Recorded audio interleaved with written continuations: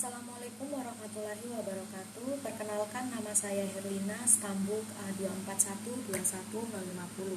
Saya dari kelas C, Prodi Pendidikan Fisika.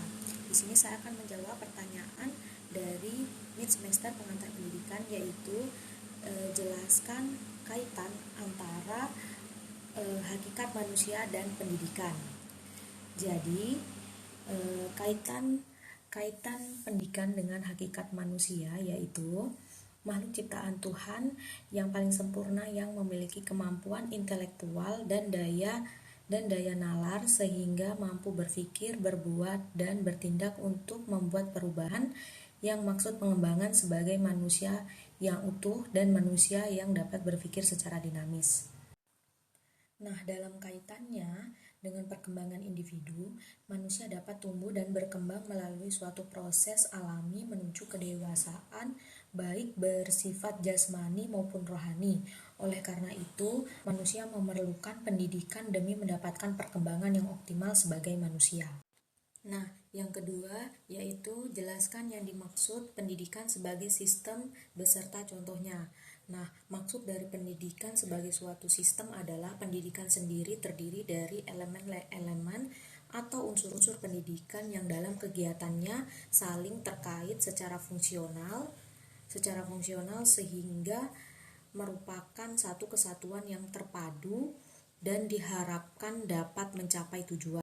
Nah, untuk contoh pendidikan sebagai sistem ini, contohnya adalah sekolah sebagai sistem. Komponen integralnya adalah guru, siswa, perpustakaan, papan tulis, kapur, dan penghapus. Yang ketiga yaitu bagaimana sistem pendidikan yang ada di Indonesia. Nah, jadi Indonesia saat ini menerapkan sistem pendidikan nasional. Salah satu pendidikan yang terkini di dalam negeri adalah wajib belajar 12 tahun, yakni 6 tahun sekolah dasar atau SD, 3 tahun sekolah menengah pertama SMP, dan sekolah menengah atas atau SMA. Nah, di dalam pendidikan Indonesia ini ada hal-hal yang perlu diperbaiki dalam sistem pendidikannya, yaitu yang pertama, sarana dan prasarana sekolah, kesenjangan pendidikan, mahalnya biaya pendidikan, dan penerapan e-learning.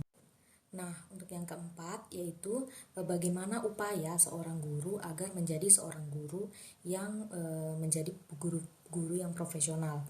Nah, untuk menjadi guru yang profesional ini, seorang guru itu harus memiliki yang pertama, keterampilan bertanya, pendekatan dan metode pembelajaran, menciptakan pembelajaran yang kreatif dan menyenangkan. Yang keempat, membimbing keberhasilan peserta didik, keterampilan memberi penguatan, dan keterampilan mengadakan variasi. Nah, dan yang kelima yaitu pendapat saya mengenai sarana dan prasarana yang ada di sekolah agar lebih berkualitas. Nah, jadi dalam fasilitas pendidikan yang perlu diperbaiki atau yang perlu mungkin prasarananya dalam pendidikan yaitu bangunan, perlengkapan, perabot sekolah, semua fasilitas itu yang berkontribusi, yang perlu diperbaiki atau yang perlu mungkin prasarananya dalam pendidikan yaitu bangunan, perlengkapan, perabot sekolah, semua fasilitas itu yang berkontribusi pada jalannya proses pendidikan hendaknya dikelola dengan baik. Nah, seperti kayak perencanaan, pengadaannya, investasinya, penyimpangannya, penataannya, penggunaannya, pemeliharaannya, dan penghapusannya. Seperti itu, jadi agar lebih efektif.